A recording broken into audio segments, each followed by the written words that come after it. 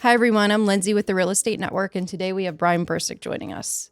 We're going to touch base on this industry and how the masses really control a lot of influence. But what's important to realize is that the biggest things and the biggest opportunities you can have are where a lot of people aren't looking. I appreciate you having me. Of course. All right. Do you want to start diving in here? Let's do it. All right. So Bryan and I met 2016. I was like 15 or something. Yeah, like that, 2015, via Craigslist advertisement.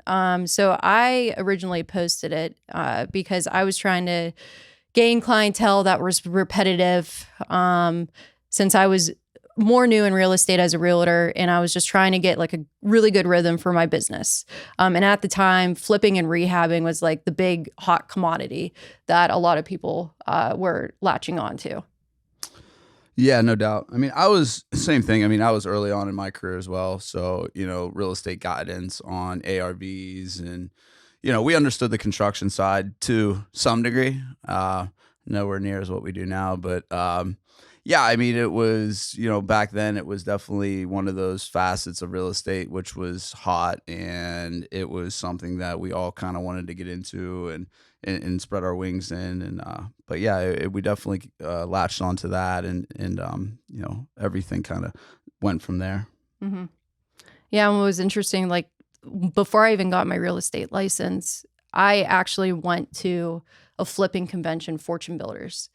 And when I was there, I knew I couldn't get into it. And then the guy next to me said, you go get your real estate license. So it's pretty kind of crazy. Like that's where, things turned from there. But for the rehabbing process, like Bryan and his team did a great job. So I was very fortunate as an agent, to work with them, and, we acquired properties and did the whole 9 yards.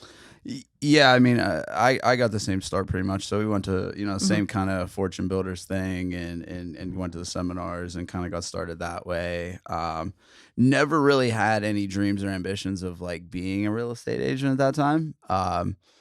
Again, I mean, I think it was more just of like, okay, like where do we start and where do we go from? Just rolling with it. Yeah, I mean, the thing about it is like, the thing about me is we've always just been, let's just jump in and figure it out. So I think like a week after we attended that, like we bought our first property, absolutely got crushed. Didn't understand construction, didn't understand really anything that had to kind of do with it. We did that one before I met you, and then we started doing the ones after that together. But yeah, it was just one of them things where it's you either hit the ground running with it, figure it out as you go, just like anything else, make mistakes, adjust, pivot, move, very similar to what you have to do in the real estate industry as well. Right. Well, if we go into the rehabbing process, like, do you want to talk about like, you know what I mean? Like when you acquired the properties and like all of that, because that was like the big thing. Like when we started that process, it was more so you would go out, find them, you know what I mean? And then I would have to put in the offers that nobody wanted to see. Sure. Yeah. Yeah. So, I mean, the name of the game in rehabbing is, you make money when you buy, not when you sell. So, oftentimes, your offers are 30, 40 cents on a dollar, and you're going to make a lot of them. It's going to be a game of where you're just going to have to throw it out in numbers, and hopefully everything kind of sticks. Again, not knowing construction costs to a T yet, and not understanding, the different segments and markets in Pittsburgh or in the suburbs. But yeah, I mean, we would put offers in on, I don't know, tons of homes, and you wouldn't even they wouldn't even respond, or they wouldn't even counter. It would be just, to that point. But then you would get some, I think my favorite definitely was the one in South Park. I forget what Broad. was the street. Yeah, Broad. Yeah. Because which was we bought off the MLS. Yeah. Yeah. But that one though, when I put the offer in, was it 40 or 6 or what? 40. It was 40,000 under ask. Under ask. Yeah. Okay. And there was multiple offers. Yeah. And the agent told me that the seller will never choose us. Right. And then I remember when I got the phone call, and she goes, "I can't believe this is happening, but they chose you." So, Yeah, but it came down to they had an estate and they just had a lot of emotions going on. They just wanted to get the fastest, quickest way possible. Yeah, I mean, a lot of times you don't understand the backstory. So you don't understand what people are going through at that time. I mean, everybody's situational based. I mean, there's an emotional decision. There's a bunch of factors that always loom for people to take the path of least resistance. And it's not necessarily like, oh, you're just trying to get over on a homeowner or something like that. I mean, there's real value there. Those people were looking for someone who was definitely going to close, that was going to close quick, was going to pay cash, was going to do all these things, not go through home inspections, not do all that stuff, not play the nickel and dime game, not do sewer laterals, not do all these things that go on now, which as when you're selling a property now, I mean, it's like Pac-Man. I mean, there's a lot of things that could come off the top of that number. Oh, yeah, so, definitely. I mean, yeah, they figured, hey, let's take the road of most logical road for them and take the money and run. Yeah. So it's a win-win for everybody in that regard, because, it's always a spiral effect to real estate. Like title company gets paid, real estate agent gets paid, both sides get paid, rehab gets paid, house gets fixed, a family moves into it. So it's like a deeper thing than just like a simple transaction a lot of the times. The thing about rehabbing is it's like, how sustainable is it? So it's what I've started to realize in the rehabbing game is the acquisition cost. So you're either going to have to spend, tens of thousands of dollars a month in marketing. Marketing takes usually 90 days to even get the engine warm before you even start getting leads and building leads. So you have to be willing to put out X amount of dollars until you're going to get a return. Now, the thing about rehabbing and all the other stuff is the unknowns of construction. Yeah. So not only are you have to understand the segment of how to buy it, but you have to understand how to renovate it. And there's a couple different ways to do it. I mean, there's multiple people out there doing it where they go over the top and make them absolutely blown out and awesome and cool and all that stuff. Where, I worked for a flipping company for a while. They just dumbed them down, kept them simple, and did a lot of volume. So, for us, it was, I think we probably did 12. Still a great amount, though. Yeah, I mean, and we learned a lot in that regards, but I understood. And also, it was a shorter amount of time. Yeah, and I understood it just wasn't scalable in regards to what we wanted to do. So, we transitioned into real estate, and then we got into the flipping game, and then we kind of figured that out a little bit, understood construction at a higher level, and then started seeing the voids in the industry. So when I started looking at the industry, I was like, okay, well, where can we slide into that's going to be something a little different?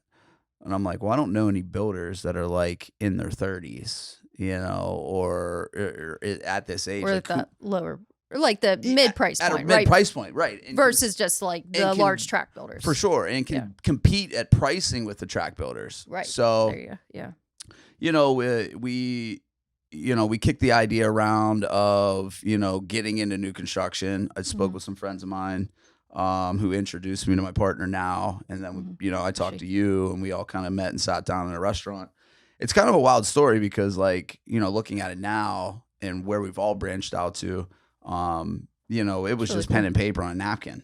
We were just looking for lots and we were looking for, all these things. And we're taking a risk on each other because we didn't understand. We didn't have any branding at that time. We had no marketing at that time. And I didn't understand the power of that at the time. So, we were in a also, with my partner now, like I had to believe in him that everything he was saying was true. And I'm like, I don't even really know you, at the time. Randy. But whenever, we knew that we wanted to stay within a demographic in an area that we knew. So we bought lots where we all kind of live in South Park. And we knew the market. We knew the ARVs. We knew, what construction costs were.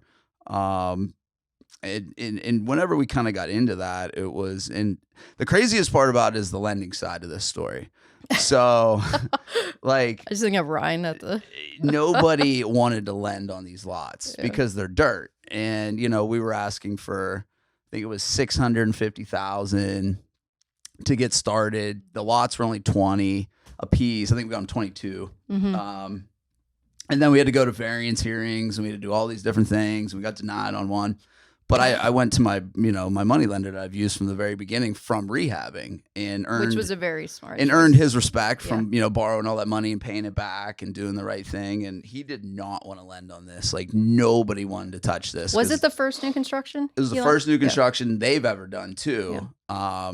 So, we had the deal under contract, and then I called him and he was like, all right, I guess we'll do it. And then I called him like, we're not doing it. He's like, okay, cool. Then I called him a couple days later. I was like, we're doing it. It's back on. He's like, oh my gosh, everyone was, but yeah, I told him this all the time. Every time I see him, I'm like, listen, man, I owe you everything, because if it wasn't for that, I don't think we ever would have. I mean, we probably would have figured it out, but it would have been you needed way the engine harder, to turn on. It would have been way harder. But yeah, I mean, he loaned us the money, and the light bulb went off for me whenever I seen the houses get framed, and it was like 7-day process. I'm like, oh my God, this is scalable. But again, it comes back to, the multiple meetings we had in a restaurant, kicking around ideas and kicking around, the whole play of what are we going to do here? How are we going to do this? And nailing down construction costs and, understanding the backside of it. And, the homes turned out great. I mean, they were beautiful, but, to your point, I mean, you'll be able to attest. I mean, we ran into a problem that has still in the top of my brain forever is we, like, the first question everybody asks is, who's the builder? Yeah, who's the builder? We don't know these guys. And I didn't understand, back then I didn't understand the power of that, because when you do like a spec in the city of Pittsburgh, it like doesn't matter. It's like construction company 11 LLC, nobody cares. But when you get into the suburbs and you have Dan Ryan, you have Ryan Homes, you have completely Heartland different Homes, than when you're flipping a home. Completely different world. Yeah. Completely different. And, we struggled because of that. I don't think we struggled because of the quality of the home. I mean, no, I think we all believe we could get it done. It was just how to get it done. For sure. And what's crazy is I'm friends with the people that live in both them houses, and now I still go over and hang out with them, to this day, which is Pacificos and the, Cassie and the other ones. But yeah, it's a wild journey in the sense of, you start to understand the game's deeper than just like, okay, let's buy a lot, let's build a house, let's do all these things. Yeah. Because back then we were just BBSP Holdings. It was just something very simple and just didn't have any backstory to it. Obviously we had some deals fall through on that and some ups and downs. Well, that was also because someone wasn't present to, for sure. I don't want to say so, the name, but, it's, we could all go down that path, but real estate's real estate, and you never know what you're going to get into on every transaction. But I remember you doing open houses every week and every week and every week, because that was like the only way we were really driving traffic was, getting to the open. You would have, and you were doing both houses at the same time. Yeah. So you're walking back through and doing all this and that. And, and I made some signs that were like at the corner of the lots. I walked up to people's houses, knocked on the door, asked if I could put it in their yard. Yeah. I mean we were all building something, from the ground up, in the sense of, you were new to new construction. I was new to new construction. The only person who wasn't was Ryan, but he was new to the aspect of when we're doing it on scattered lots. Right. Yeah, it's that was a big push for us in the sense of I'm not the creative aspect in this. Like, I'm an operator. Like, I get stuff done at a massive level.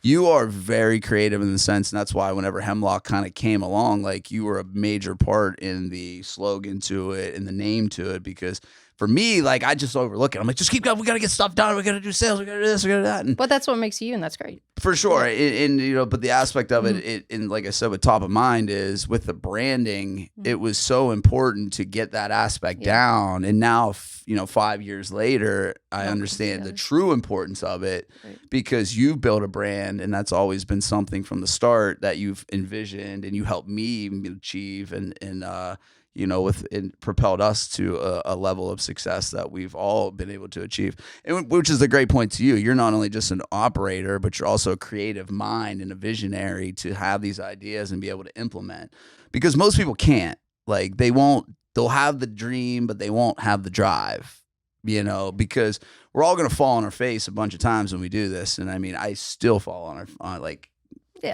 every year you're going to have a couple things that happen and do all these things. And, that was the cool thing, from the start. It was, I'm building this over here and you were a huge part of it, and you were building this over here, and we're all kind of trying to build these things together. but yeah, it was those learning curves, which has propelled you to be able to deal with a lot of the tougher situations. Oh, yeah, and with that's new what construction and rehabbing. That's what makes you a great Like agent. none of them are easy transactions. A few layups every now and again, but more or less, you're going to have to try and overcome power lines and humongous trees and, all those crazy things Yeah. that we went through. And it's just all a part of it whenever you're trying to do something that's outside the average box.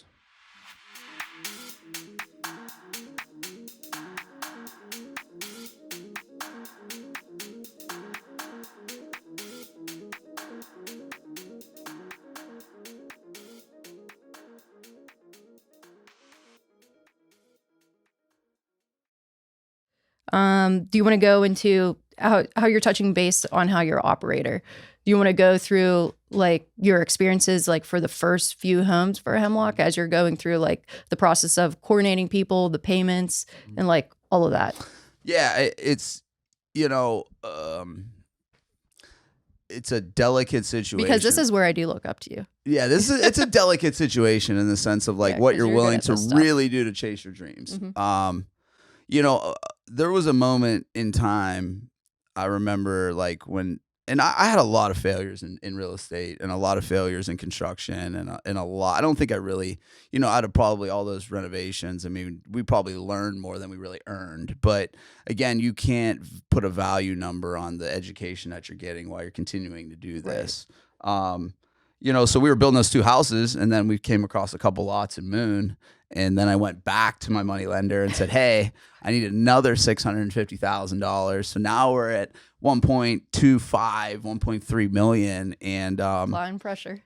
massive amounts of pressure Yeah. because he pulled me into his office, and he's funny. So he was like, "Hey man, like I love you to death, but I don't want to see you drown." He's like, "You're coming up on your interest payments. They're gonna be like $18,500 a month." I was like, "I got this. We're good, man."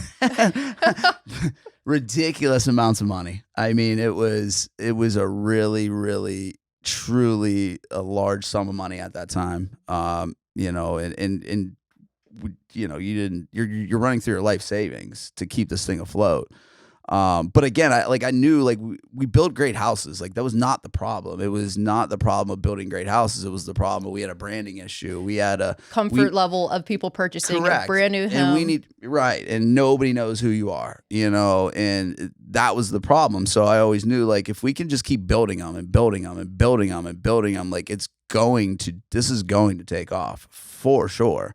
So we bought those lots in Lochinver, which then we ended up negotiating with another person who came in to then have rights to build on all the other ones.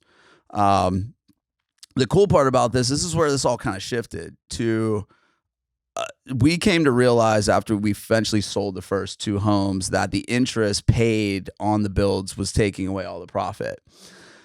Again, like, and I always tell my partners, even this to today, like the biggest thing that really I thought with all of us is like, we never argued about the money aspect of it, of like, there was frustration because you didn't make a lot in the beginning, and that was just And that's something. starting with anything. That's though. anything. Yeah. Like that was the problem with like the first, business I had in real estate is that another person thought they were going to make a couple $100,000 a year their first year. And I'm like, this is Hell not how no. that is not how this goes. Like, not even close. So, we were able to we ended up pre-selling the one, which changed the game.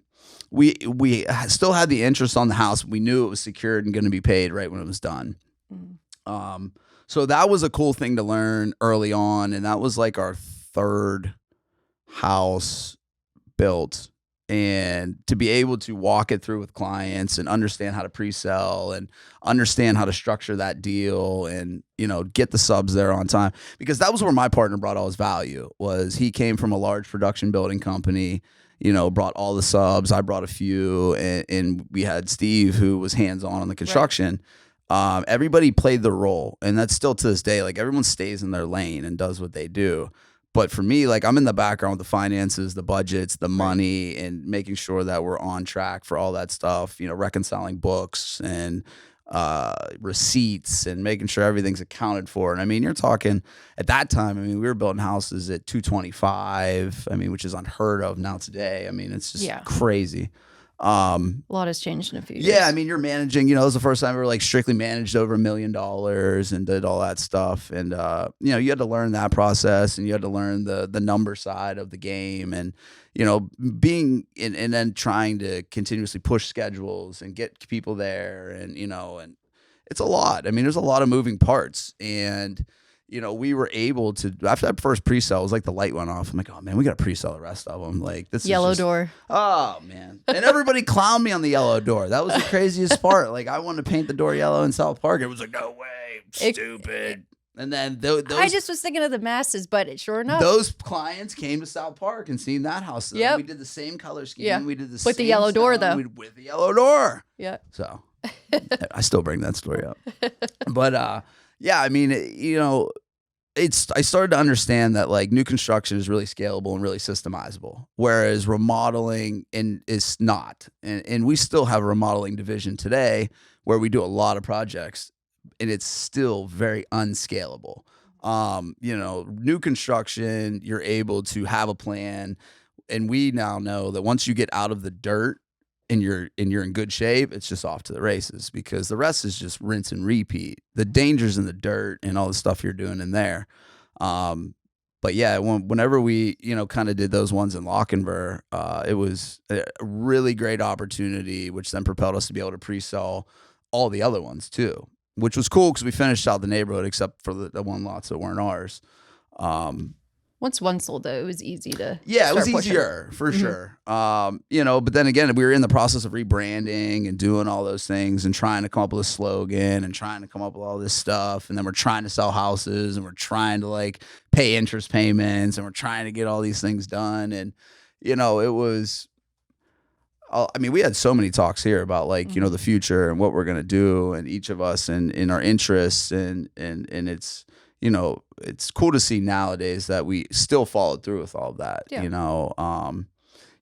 There was always talk with both of us of like, hey, I'll come on as a real estate agent one day, and I didn't even know whether that was ever going to really happen or not. But you made it happen. Definitely made it happen.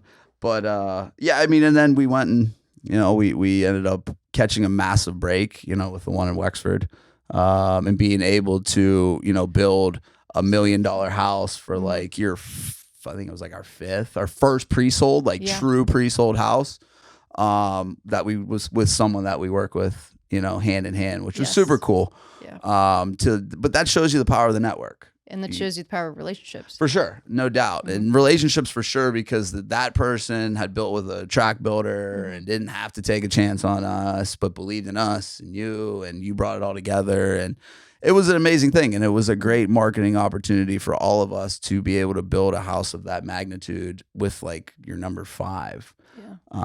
And that for me, I think was, what really kind of changed the game with everything, when you were able to, and that was right at COVID. Mm-hmm. That was crazy. So like when we went from here down to there, it was right whenever they shut down everything, and we were sneaking people in there and trying to get it, him done and everything. I think we moved him in with no occupancy, and like, it was just, it was wild. But it's one of them things where like, but it was one of the most important things. Well, yeah, I mean, like, I remember there was a Ryan plant across the street, and they were just over there just bang, bang, trying to get people in and do all this crazy stuff. And I mean, we were parking guys blocks and driving them up and dropping them off, and he had to sell his home and do all these different things and move around.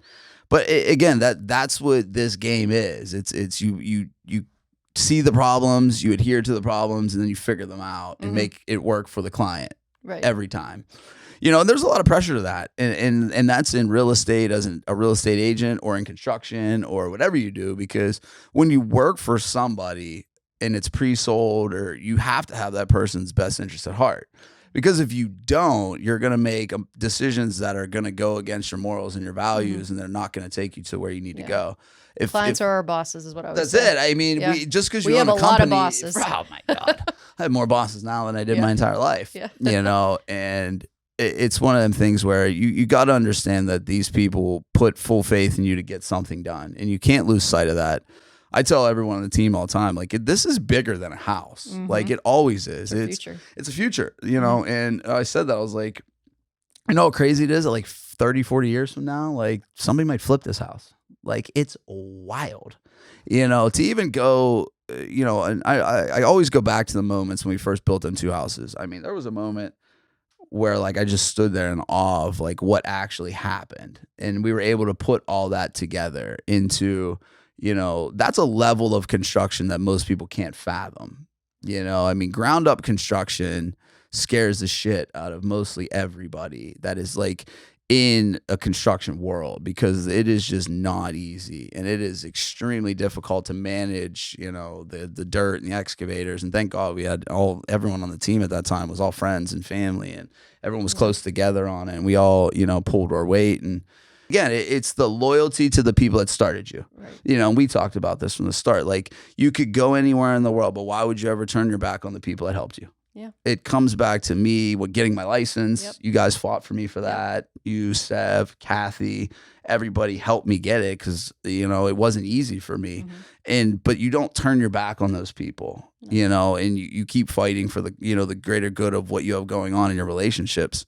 So that's why, I told you from the start, I'm here, whatever we can do together to build this and fulfill your dream and, be a part of it. Your dream too. Yeah, and it was like, definitely it was, I got to buy my first rental property as an agent. That was cool. That was a cool experience. I was super pumped about that. That's really what I wanted to use it for, and friends and family and some stuff like that, and learn a different game, and it's always been a learning game, I think, between both of us, where it's, we're on 2 different segments of the world. But now you get to see it from this side perspective with listings, right? Yes. So, and you always told me that. And it's true. It's it really is, first couple transactions, a little bumpy, but got them through. Last couple have not been as successful as the first few. But you're doing a great job, though. Yeah. And again, it comes back to the flipping side of like having the right relationships, and ensuring that you're going to have somebody when you're working with a rehabber that they're doing the right work, and they're doing the correct work, and finishing the projects. Right.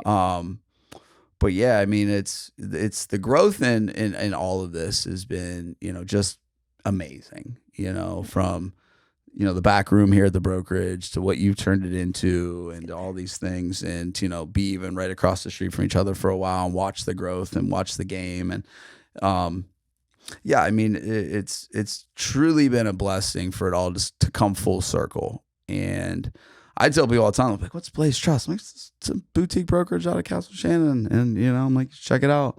And it's just one of them things where we've all had the envision of watching the big brokerages kind of do their normal, day to day, but then there's you who's going to think outside the box. Right. And it's important, and I said this too. And it's what agents want. It's what agents need. That's the biggest thing. It's something that I personally went through when I started. Yeah, it's tough.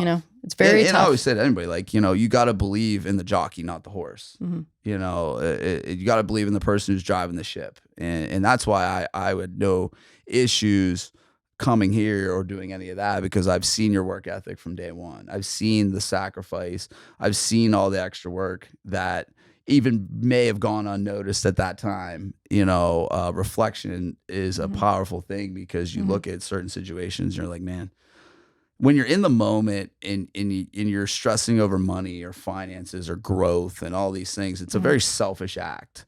Now that, we're past a lot of it, and you reflect on it and you're like, man, everybody worked their ass off. Oh, yeah, everybody played their role to a T, to where, it branched out into what it is today, which is both of us have grown into something that, I never really thought. Especially for where I'm at. I didn't think anything was going to, and it was cool. Like, we went to, we got number 10 on Pittsburgh's fastest growing businesses. We grew 153% 3 years in a row. And to think, to take the team there and do all that, do those things, and think about where it all started, and now talking about it again, it's remarkable, because when we first met, I wasn't doing anything. Barely, and you were just starting as well, to now see where it's at. And if you think about it, there's a lot of people in this industry that have been in for decades that haven't even accomplished. Like, we're talking, this is like 7-8 years right now. Yeah. That we've done all this, which is really cool. It's amazing. Mm-hmm. Yeah. And you know, what's cool is now like, you know, I fuel off of it, and I think you do too, is like, you know, there's always that little hate in the industry. It's a competitive game, you know, and it really, I like competition though. Ah, my gosh, I love it. But now, like, you know, it was always for us, it was like, okay, like you may not see us now, but you're going to be forced to see us soon. Yeah, You know, absolutely. you're not going to be able to ignore us forever. And, you know, I think we both believe whatever we're doing, we believe it. And entirely. we went full in together in Yeah. the knowing that social media is the marketing game. Mm-hmm. You know, and I'm still to this day, you know, we're our revenue is, you know, it's crazy compared to where, you know, our revenue base compared to what we actually spend in marketing, because it's all referral based now, and it's all social, you know, based, and it's, you know, the bill, you know, your brokerage out front, it's a billboard, my office is a billboard, and you know, those things are, you know, to have staples in a community is extremely important. But yeah, I mean, both of us, I mean, I don't think you spend a ton on actual marketing other than your social brand. Am I right? So far this year. Yeah. Well, all the videos and but, everything. Yeah. That's like building your brand. Right. And correct. that's or like, you're talking about just like marketing in general. Oh yeah, I mean, social media is the most powerful For sure. way to go and the smartest avenue. Yeah. You know. So I mean, that's all I've what, always you know, been we all focus on, and you know, you build that following and you build the brand, and people who want to see the story, and you know, the game is always 80-20. You know, 80% storytelling and 20% sell. Right. You know, and being personable in the sense of getting people to understand, you know, who you are, other than just, okay, we build houses and offer services. Yeah. I think my biggest obstacle is that not only that it's building a new business, but I'm also building something that's new, like the approach is new, right? So it's like a double whammy, like where I'm trying to, and it's happening. It's coming along. I mean, there's agents in here that like the light bulbs are going off now, which is awesome. You know? Yeah, the light bulb never really had to go off for me. I know. You know, which is cool, but you didn't have to sell me on it. Yeah, but listen, I mean, at the end of the day, when you're talking about a business that is extremely competitive in the sense of what you know, because you think of Berkshire Hathaway, they're like my Ryan Homes, like they've been around for so long, they have such a foundation, they have such a name. They have brand presence. They have the amount of brand space they have. It's scary to start something that's small in the sense of like, well, okay, we have this, but there's these big powerhouses out there that could just crumble us because they're worth billions of dollars. I mean, and when you're a small business like that, I mean, that's a scary thing to enter, you know. The way I see it though, they had to start just the same way. Yeah, they did. That's what I always say. Yeah, I mean, you know, Ryan Homes started in the 1960s. Yeah, so, Kathy you know, actually knew him. Yeah, it was, you know, I had a part in that. Yeah. But yeah, it was, you know, they were just leaders that were ahead of you. And there's an evolution. You know, one of the things I think was really good for us too, even as an agent, was just sitting back and watching, you know, how you maneuvered and how you kind of handled certain situations and how you handled this and it's kept your cool and kept your balance, and you don't get ruffled by, you know, problems, because I think a lot of people in the real estate industry think this is just going to be like something easy. It's hard. It's real hard. The whole thing in general is extremely hard. Yeah. You know, and I always listen to the people, you know, and when we were early on in Hemlock, I was the last builder that they would come to. So what I would dive into is, what about the other builders did you not like? So then they'll tell me, they didn't like this, and this. So then I would tailor my brand right around all that, and I'll just do it all. So then I'll encompass all of that, and I'll just catch whatever falls out the back. That was like how we got started. It was, well, I'll just take whatever falls out the back, and then I'll just execute, and then we'll continue that game. You know, because we're one of the only it's showing people that you can do it. Right. Because we're one of the only full service turnkey built on your lot builders. I mean, we do your permitting, we do your driveway, we do your landscaping, we do your concrete, where the other companies, they won't. They just build your house and leave you with a whole bunch of projects to do. And that was something I feel like, again, when you look at every business, it's like, well, what are the businesses blowing up? The convenience business. Right. Uber. Yeah. All the other ones, I mean, they're all a convenience business. So how do we add convenience into the real estate and construction world? Yeah. because people have day-to-day lives and they're, you know, doing all these things. I was talking to my sales guy today. I'm like, dude, you have to take the bull by the horns at this. If you think these people are going to do all these things on their own while still living day-to-day jobs and lives and kids and sports, they're not. Yeah. And you're going to, you know, they're going to sit around and you're going to like, I'm like, dude, you got to do all this for them. It's called convenience. This is why we're here. And if you lose sight of that, you know, the only thing that hurts us with time is it gives them time to back out. You know, and that's what I always say about new construction and stuff like that. Like, you have to keep moving. Because the game, the more time you let it go and the more things go on, the more they're just going to figure out a way to backpedal out of it. And because when you're in an emotional state, you're making a decision out of an emotional state. You're excited. Well, when you start losing multiple offers, like how COVID was, you know, what'd you see in the market? A lot of people got frustrated. Yeah. You know, and I had a lot of people. And it was almost just, how can we help them attain a house, you know, in the most creative way possible? Without saying, hey, you just have to go over ask 60,000. Like, that's the easy route. Yeah, you know? It is.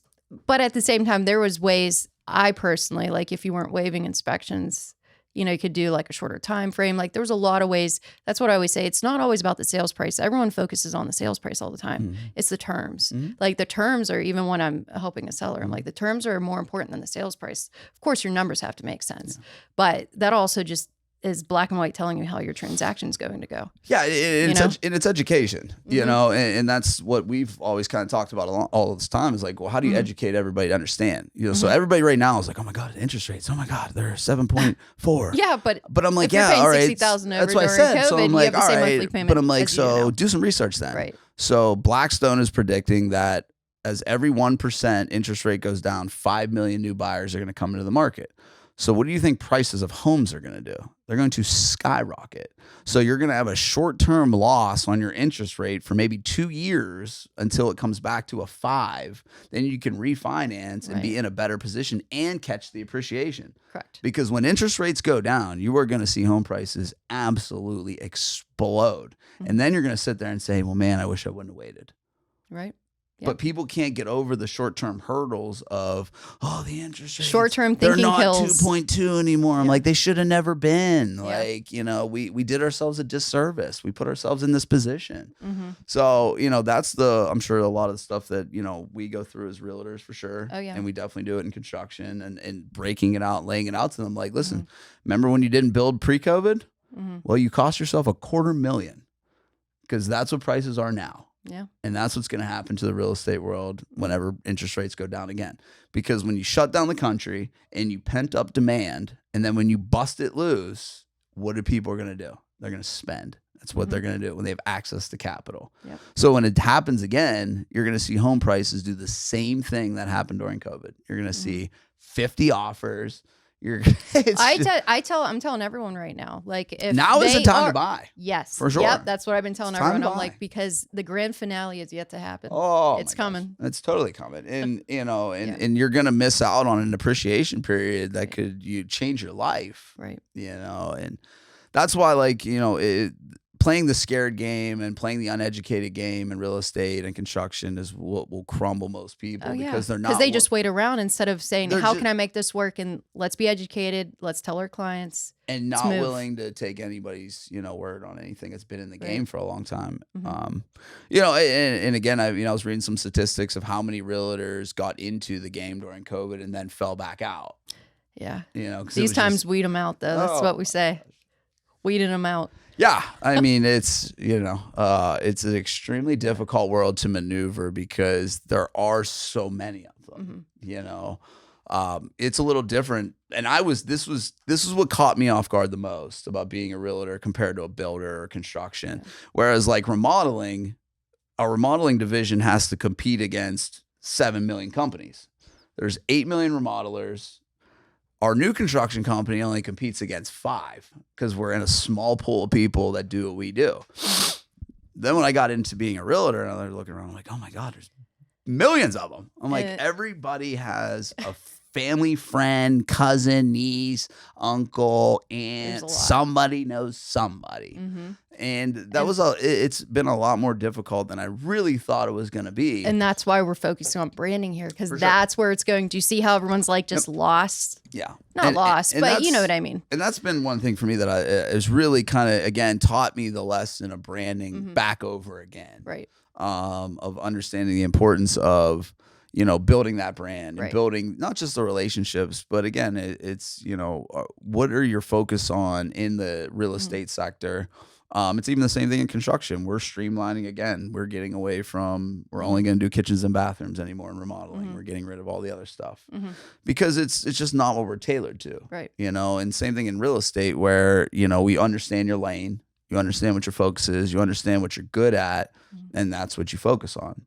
Everybody, you can tell the people that do the luxury market, that's all they do is the luxury market. They branded themselves as a luxury person, and that's what they're kind of good at. You have some of the other people that kind of just float around those other certain price points. You have people that really dominate certain areas because they they wanted to be the person that was like the It's all determining the approach, like where their market. Yep.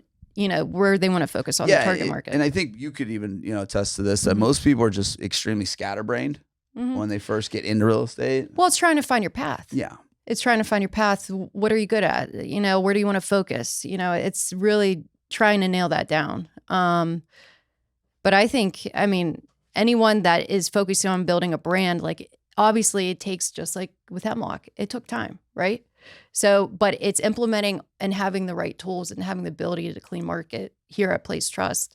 And that's opening up a ton of doors for agents. Because right now it's like their pieces are convoluted and cluttered. And it just doesn't look good. It's not a good look at all. And it's putting everyone on the forefront. But yeah, it's really just trying to find your path. And when I started, that was like the biggest thing I had to overcome. I had to really think innovative, like different ways I could get clientele. That's how me and you met. Like it was me always thinking, I put champagne bottles with balloons everywhere on expired listing doors. I did, you name it. Like I probably look like a loon driving around with balloons in my car and stuff, but I did whatever it took. And in all that stuff, it paid off. It was experience, right? But it pushed me in the direction I needed to go.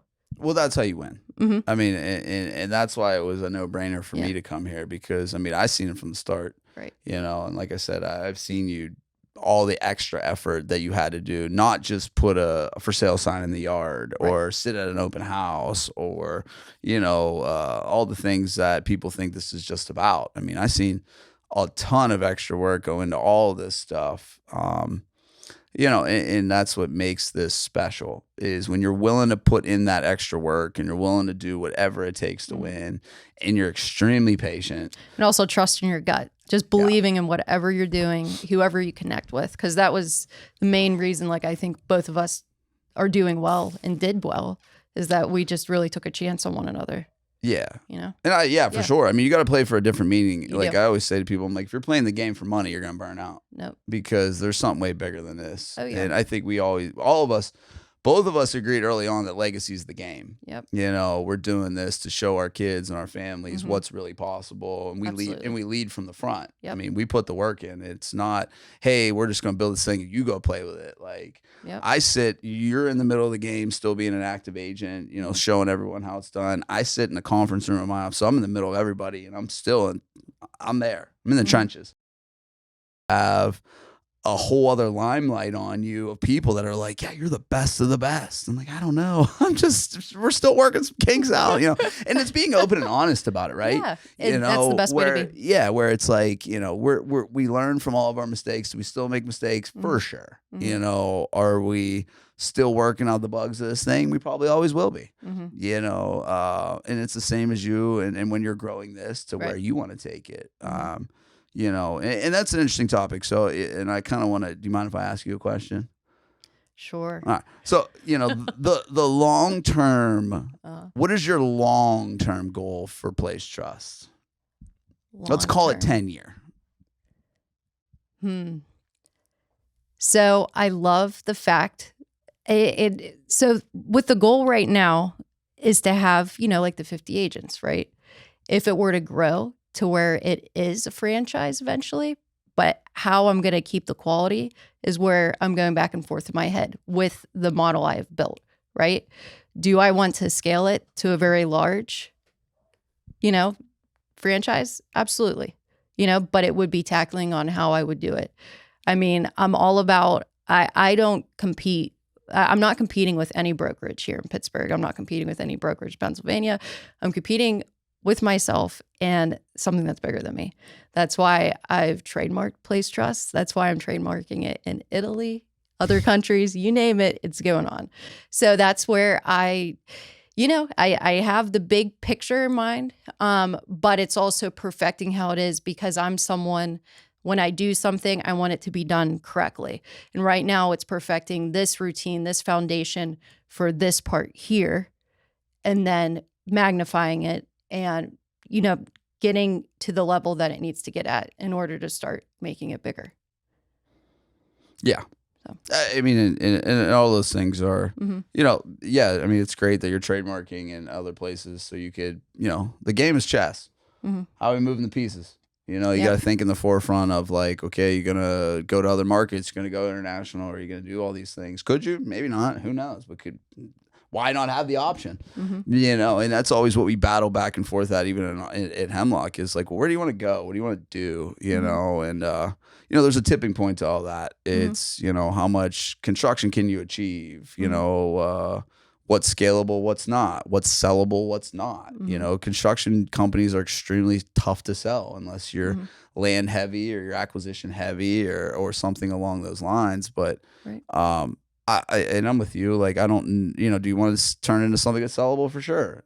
But then, like, when you think about it, you're like, it's your baby. You know, and that's a tough thing to kind of weigh on and do all that stuff. But it's good to hear your long-term vision of like where you want to take things and where do you want to see things, because, it's always a question with our team because it shifts all the time. Like, where are we going? What are we doing? I'm like, it changes every day. I don't know. I think it's just for right now, I'm focusing on getting this right. Yeah. I'm focused on getting it right. I'm planning ahead and letting the pieces come together. Yeah. I think that's the best way to do it, because sure. you don't want to jump too far ahead, because then you miss the good stuff in between. Yeah, well, for sure. I mean, you miss the growth, and and the perfection, like getting things the way they should be. Yep. And that's what we've been focusing a lot with us, is we had to scale out of necessity, not out of will. So like we missed some pieces. Like now we're going back and doing fully automated CRMs, and now we're going back and doing we did billboards, because how do we, for the lowest costs, get into the marketing game where we're next to the Scarmazis and the Costas and the the Schumachers and the Perrys. Well, that puts you in the ball game, for X amount of month. So it's better than putting our money out in direct mail, which isn't going to get opened. So it's a brand building platform for people to see, and it's a connect the dots of, oh, we see their signs here, oh, we seen their office, oh, you seen the billboard. It's the same thing of what you're doing in your space of with all of us here. It's you're unraveling the clean looks that you've always been into and talked about, and sleek lines and more of the elegant side of things. And it's I mean, when you have something like that, it's imperative that you protect it, right? Because you work so hard to achieve just a name. Now it's unraveling the vision for everybody and ensuring that and also just the whole new approach to real estate. I think the one thing that kind of irks me right now is like everyone's talking about branding shoots and doing this and that. Like it's like the new hot thing, but like what's going on right now, like here at Place Trust, like this is the future, like how this is designed. Like, and everyone thinks, oh, there was an email the other day with one agent, we're going to meet at Place Trust Realty. There's not realty. There's not real estate services like deliberately because our agents get to carry whatever they want. They can start building their own company and have flexibility. And there's another layer I'm adding right now where it's going to give even more clean marketing, where you can look like your own company, but you're still protected by law. And that's where the whole gap is right now. There's a lot of agents thinking, well, I can just brand myself where I'm at now. Kinda, but not really. Or not. Yeah. And that's an interesting topic that and I wasn't even sure even when I first came on of like what that was going to look like. Because again, I'm like, well, this is just so. You came on when I was crawling. So well, right. I'm starting to it's walk, so foreign to the aspect of it, and hearing it in just an idea and seeing it play out is because I'm like, there's no way. I'm like, you know what I mean? Like, because again, like, it makes so much sense in the sense of like everybody that is here is their own. It's their own entity. I mean, you are your own entity in real estate. People think like, oh, I work. You don't work for Berkshire Hathaway. You're 1099. And you're a 1099 contractor. You're not your employed. Own company. Yeah. And and when you think about it, and that's what I, even made it an even easier decision for me because I don't like being controlled, and it gives me the liberty to do your own branding and your own stuff and put the twist on it that you want to put on it. Right. And then also have the backing of the person who's in charge supporting you to do that in your own sense of your own brand and your own quality. Right. Because everybody has their own dreams and visions and goals of where they want to go in real estate or what they want to do. Some want to be the giant in the production game. Some just want to keep it simple and do some other stuff. I think everybody's goal is to obviously identify this is the way you're able to show your impact to the world of your branding, your legacy, what you're involved in. Because again, I mean, all these transactions are not just a transaction. I mean, there's such a bigger thing to all these. I think everybody loses sight of. It's someone's, it's their life. For sure. The it's biggest a huge purchase. decision, and that's what we always, don't want to lose sight of. I mean, I think when too many people got into this at COVID for a paycheck, boy, was that a rude awakening. Because they didn't understand all the hours. A lot of them are gone. They didn't go all the hours that were going to go into this. And you're like, man, I could work for $12 an hour. Yeah, you might. Yeah. You might. That does bring up a topic, though. So real quick, there is an agent that I have been talking to that did come in through COVID, right? And this year has been eye-opening to her. But what's nice to say statistically that the agents here are doing better, better than the agents even at other large franchises right now because of the work we've been putting in. The meetings, like the innovative meetings, like how can you get clientele, like all this stuff, like we're just taking time. We're taking time to talk to each other. We're taking time to grow, and we're focusing on the branding, which is, that like blew her mind, that you guys that are even, you know what I'm saying? Yeah, I think like she's been licensed longer and you're doing better. She named this Place Trust because she wants our clients to place trust in us, that we can guide them to the right home that is best for them, making sure that we're within their budget, they're in the right location, school district, number of bedrooms, all the way down to that. She definitely has my initials TK, which is what some of my friends call me even back through high school. That's my initials for my branding. And I like it because I liked being called TK, and I sometimes kid around with people. You could just call me TK. She encouraged that because she knows that I kind of like that nickname. So now it's branded on my business cards and anything. That's where everyone right now that's going through this, all the agents that withstand the storm, when things go again, like blossom, it's really got to take off. And all the work that's being done right now and all the legwork and all the conversations about branding or like logos, like altering, or doing what we're doing right now, all of it's going to come full circle. Yeah, we were just talking about the other day on how it's a cycle. Yeah. Like being a listing agent right now, it's not easy. And a lot of times it's easier, let's say. Nothing's easy in it, but easier. Right. And for me, with such an extensive construction background, I was able to help Steve buy a house, and we did, even the two houses that we did no inspections because we didn't need to. I mean, we had our construction team in there to look at it and, take a look before we did anything to ensure that, in years of construction knowledge and being a realtor now is, only helps me leg up for the clients that, Right. need to purchase now and need to be in a competitive situation. And that's super valuable Mhm. because there's a lot of agents that cannot guide their clients and say, hey, this is the, Yeah. or even down to even cosmetics. Like, can you take out this wall? Yeah. There's a lot of like, well, maybe, Yeah. Yeah. That's pretty much Yeah. how a I lot don't of know, house maybe. stores. Yeah. Maybe. Yeah, it's being in tune with the construction game is and just even with assisting people who do flips and all those stuff, because I've done them. I mean, I've been a part of hundreds of them. I've been a part of buying hundreds of them and selling a bunch, and it's a different game. You have to know what you're looking at. It's a game like, again, you can help somebody kind of go 5 steps ahead a little faster if you have somebody there who's been through it and somebody there to kind of tell you like, hey man, this is mistakes I made.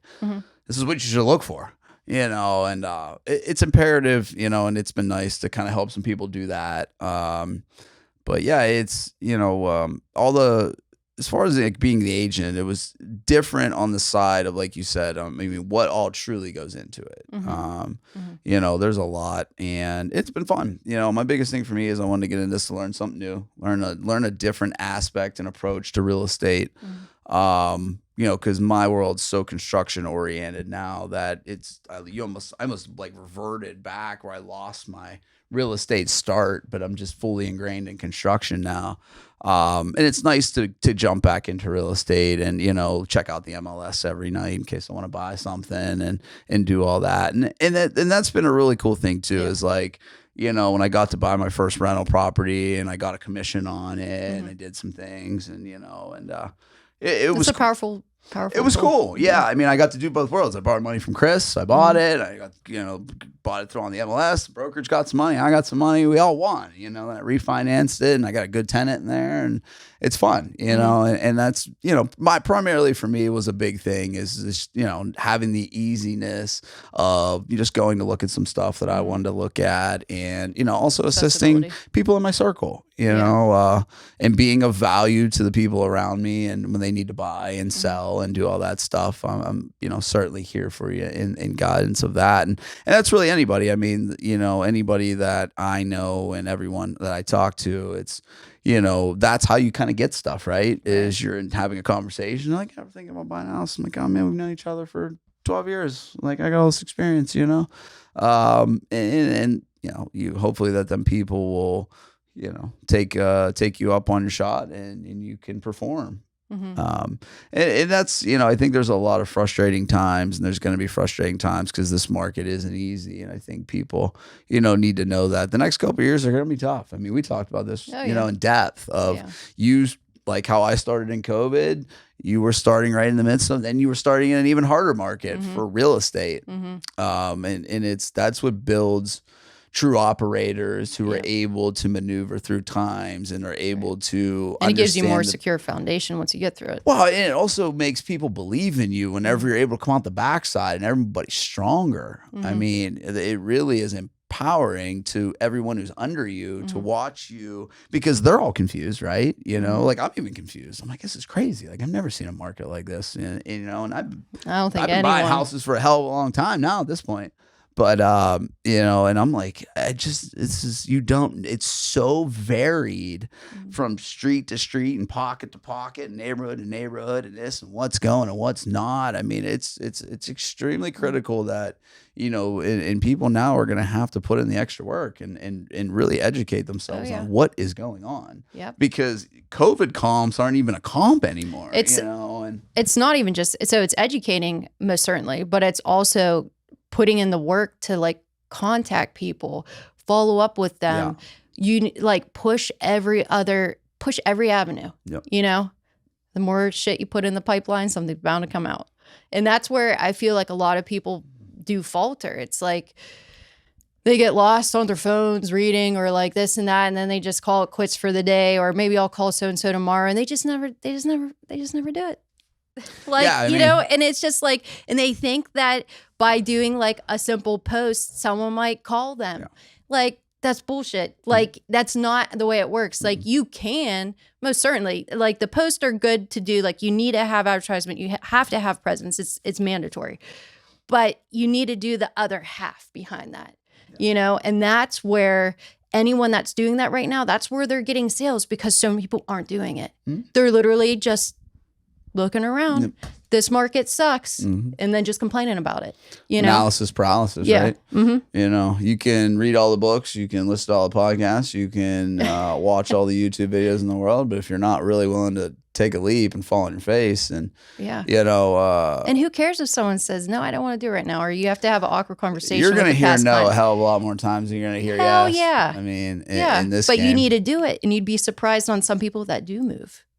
Oh yeah, you know. Yeah, I mean, like I said, it's if you don't have a true passion for real estate or a true passion for helping or a true passion for building something that is going to be extremely hard, you will fizzle out of this, because if you're playing for money because you think we're all millionaires, you're wrong. You're most certainly wrong. Like, you know, millions might come in, but millions go back out. Right. It's just the way the game goes. And, you know, it takes, you know, and it even talks early on with Kathy, you know, and watching her journey and listen to her story and how it was, you know, how it was back then was crazy. Oh yeah, they didn't have the if internet. You had to do, they didn't have all the stuff that they had. You had to go to the meeting to hear the house sales that were available, and then for the paperwork and everything, you had to drive. You know, go to the payphone, deliver it, and you were driving around till like 12:30 doing paperwork. We're just spoiled. And now we can sit at our computer, send e-sign, and it goes. Complain about that. And that's eye opening to like the work ethic. You know, with some of the agents now, like it's like they're already we are so spoiled already in some aspects. Yeah. So it's like put all the other work, put that energy allotted where it needs to go. I was even like whenever I started doing this, and then you'd be like asking me about my paperwork. I'm like, I'm figuring it out. I'm doing it. I'm doing it. I'm doing it. It's probably gonna be some of it's wrong, but I'm doing it. I'm gonna figure it out. I want to do it. I want to learn. I want to get it wrong, and I want to fix it. And you know, I've gotten corrected on a couple of them, but you know, it's that's the way I learn. Yeah. Is, you know, trying it out on your own and listening and understanding, and then trying to get a grasp of it, because it's a wholly different, you know, the paperwork side for me was a different thing. It was, you know, something that I never really understood because I never had to put it together. You know, when I come from a world of buying off market, or I come from a world where our agreements are really big now, but they were not at one point. How to figure out what the hell we were doing. Yeah, you'd figure out what the hell you're doing. It was, you know, the same sense. And even with this, I'm like, oh my God, there's all these things I got to put in there. There's all these different stuff. Like, oh, it's just, it is a lot. And it's eye-opening to the work that has to be put in, and the perseverance that anyone in the industry has to go through to kind of, you know, keep evolving and keep growing. Because, I mean, it's more than what you think it would be. It definitely was an eye-opening experience for me. I even, you know, because I have all the relationships, right? You know, and I was like, this would be no problem. And it's not easy. I mean, it is not. It's one of them things where you really gotta knuckle down and be serious and open all the doors of what's possible. Yeah, because it's definitely one of them things where you're gonna have to look back 5, 6, 7 years, and you're like, damn, put in a lot of work. You know, and it, like, you know, to touch base on it too. I mean, there's a lot of give and take in it, right? I mean, we've had to give and take. You've had to give things up, being an agent, to pay for it, because it wouldn't get to the closing table for my deals I've known, and I've had to give up things, and we've had to compromise and do stuff, and that's the game, right? It's not all just all right, this is gonna be a perfect transaction. We're all gonna be nothing wrong in this thing, and perfect transaction's a pipe dream. Yeah, I don't even know what those are. Yeah, but you know, it's cool. It's something that, you know, I'm glad I stuck with. I'm glad I tried again. I'm glad I'm here. I'm glad I'm a part of it. You know, I'm glad to see you grow it, and I'm glad to watch, and you know, it's a place to be proud of. It is. It's something that, again, we talked about. You were talking about even back in 2017. You know, this was a dream that started to come to fruition. Well, that's where the whole idea blossomed. Yeah. I mean, it was just me trying to figure out how can I grow my business the best way, you know? And then when I was trying to grow it and the door got slammed in my face, I decided I'm going to take the bull by the horns, start my classes. Yeah. I mean, that's one of the things where it's, you know, some opportunities don't work out and others just end up blossoming, right? You know, was the same thing. You know, I lost my job during that thing, and it ended up growing into something way bigger, right? Yeah. You know, and I think we've all, you know, been able to at some point have had a door slam in our face or something happen that's changed our lives in the concord of like, okay, we could have went left, but we went right, and right was the better route. Yeah. You know, and it's, you know, and we've always been honest and upfront with each other in the sense of like what our dreams are, what our goals are. And, you know, and that's what I said, like, because people ask me like, well, why'd you go there? I'm like, because I believe in the future. You know, I believe, and I've watched it over the years that she's going to do something different than what everyone else is going to do. Now, whether, you know, I'm a massive impact in that or not, that's not what it is. It's, I want to see from, you know, and be a part of watching your dreams unfold, because it's going to be a hell of a lot funner than going somewhere else. You know, it's going to be different. It's going to be innovative. It's going to be something new that changes the whole landscape of what we're trying to do here, because we've always talked about this, like real estate is still stuck in a dinosaur age. Yeah. You know, and it's starting to come out of that a little bit, but I still think we're going to have a good solid 5 years until we really. Well, think about this in perspective. So Kathy shared with me, like, this is years and years and years ago, like when Berkshire was Prudential. Okay. And at one meeting, it was announced that the agents were allowed to hang the riders, a rider with their name. And that was like mind blowing. Yeah. They never had recognition before it, nothing like that. And if you think about it, that's kind of still where we're at today. And that's decades, you know?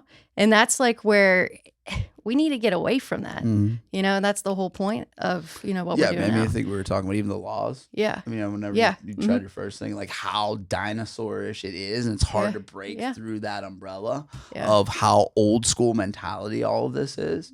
I mean, it's very, you know, it's funny because you get a lot of backlash from the older agents, and I'll kind of take that hit, but you know, you do, where it's like, you know, you're trying something different and it's outside the box, and that doesn't always get received well, you know. And, well, nothing new ever does, you know, and that's where this year it has been, you know, me saying the same thing on repeat until people are starting to get it. And now people are starting to get it. We just got a new agent from EXP. Like, and so like things are starting to like, you know, evolve, you know, and it's just, anything that's new, people need to see it, you know. Well, I think, you know, everybody start believing it. Yeah, I think everybody, you know, kind of the same thing until they see, like, you know, they can hear and see a whole lot of stuff until you see the vision really come to fruition, and you start seeing the brand build, and you start seeing the progression, you see the work goes into it. It's really, it's impossible at that point to ignore it, and to ignore the fact of what you're putting your heart and soul into something, and it's something that you know you want to be a part of, right? You know, and you're excited about, and you're proud to be a part of. You know, and that was the biggest thing for me, was like, well, all right, well, I know this thing's going to go to the moon at some point, but it's cool to be at a part of it, because I know the backstory from when it was just an idea. We both have seen all of our dreams as ideas, and we both have seen them, you know, blossom into. And we've done a lot of transactions together. You've brought clients on multiple deals that we've done together, and it's a peace of mind knowing that no matter what, that we're working together, that both of us are going to execute. You know, we're gonna put our heart and soul into both of it. You know, all sides of it, and it's not a one-sided relationship of, oh, hey, he's just, you know, I'm gonna bring him to him. We're gonna drop, you know, because we get a lot of agents with builders. They, you know, they're there, kind of, then they're not. You know, and sometimes it's good, and sometimes it isn't. But you know, you were very hands-on early on with it, and learned a lot of the aspects of it, and the nooks and crannies of, you know, now you can say that, you know, you're extremely experienced in new construction, which only makes you more valuable, right? On top of all the residential sales you've done, and all the, you know, we've done short sales, and we've done all sorts of wild things. Not crazy about those, but you know, but what, you know, I always tell everyone, you can attest to this, I'm sure, is the more you know, the more valuable you are, and you know, the more value you're going to bring to people down the road, and the more insight to, you know, how to maneuver people through some of these situations. Right, absolutely. I'm trying to think if there's anything else we want to touch base on real quick, because I know you can cut it. And then make sure you say bye to him. Oh, yeah. Well, see you later. Yes. All right, peace out. All right, bye. Well, see you All right, later. see you. Bye. I gotta go. It's like, don't you have a listing to go to? Let's see here. Yeah, so we like on the end of the notes. Oh, your notes are out there. But you already said like how you're like involved in every sector, right, and all that. Do you want to share? Well, I guess we're already kind of moving away from it, but you could. But like you as an agent, I don't know if we want to touch base on or just wrap it up. But like I think it's important for you to. Well, you kind of did, right? Like you knowing like the cost of renovations and things like that. Okay. Yeah, I mean, You know what I'm saying? Yeah, Like, I mean, as an agent, I you know, my value is I'm just trying to make sure is my experiences. You know, I've been in the real estate sector. I bought and sold. I renovated. I bought and sold for friends. I bought my own multiple personal houses, vacation houses. You know, you want to believe in somebody and work with somebody who's been through a lot and who's able to provide value, right? So where's your value? I mean, the value is most homes need some work. You're able to go through with a client and thoroughly assess what is going on inside of a home and put a number to it. That number that you can truly stand on, because I've done so many renovations in kitchens and bathrooms and first floors and my own personal projects, rental projects. I mean, I've owned rentals, I've done flips. I've sat in almost every sector of real estate. And I think, you know, for me, it was real estate agent was the last one. I mean, I build new construction, I do remodeling, I've done wholesaling, I've owned rentals, I've done Airbnbs, I've done flips. I've tried it all. And it was, you know, for me, the last piece of the puzzle, which was a complicated piece, and I needed help and guidance, was being a real estate agent. Now, I've always seen from an outside looking in. Now I'm on the inside looking out, and I'm like, okay, well, you know, how do I bring value to the people? Well, I bring value to the people of like, you know, I can help accurately assess where a house should be sold at, not tell you a price just so we can start working our way down. And I think a lot of that is, you know, the honesty part of real estate is lost. Right. And, you know, I've assessed there's a lot of agents that do For obtain listings by just promising a super high number, For sure. which just falters. For you sure. know, and So when, that's bad taste. you know, when I tell people all the time when I go to meet them, I said, okay, you know, my own flips when I worked for a company, I had to set an ARV that it would be sold for. And I was also judged and paid off of the variables of that, whether it's up or whether it's down.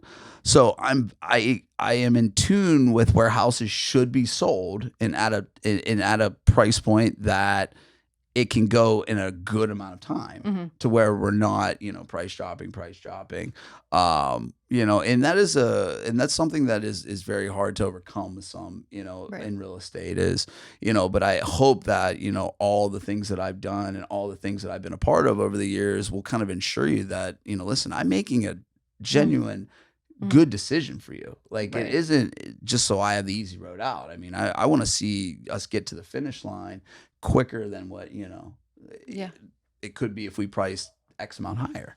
You know, so, and also on the back end of, you know, with helping people with construction and connections and things you need to get through of, if you need a home inspection, I mean, I can help you with any of that, things that need fixed. I mean, I have connections to everything now. And I mean, construction's a very foreign and scary world to a lot of people. And to bring that sense of, you know, relaxation that you don't have to worry about it because you have somebody there that can give you a truthful and honest answer, I feel is extremely valuable. I appreciate you having me on. It really means a lot. You know, we built our foundation together off of just a random post on Craigslist. And then look what it blossomed into all these years later. It's been an absolute pleasure of mine. And I thank you very much for helping me start my company. I hope that I'm able to help you make your company successful.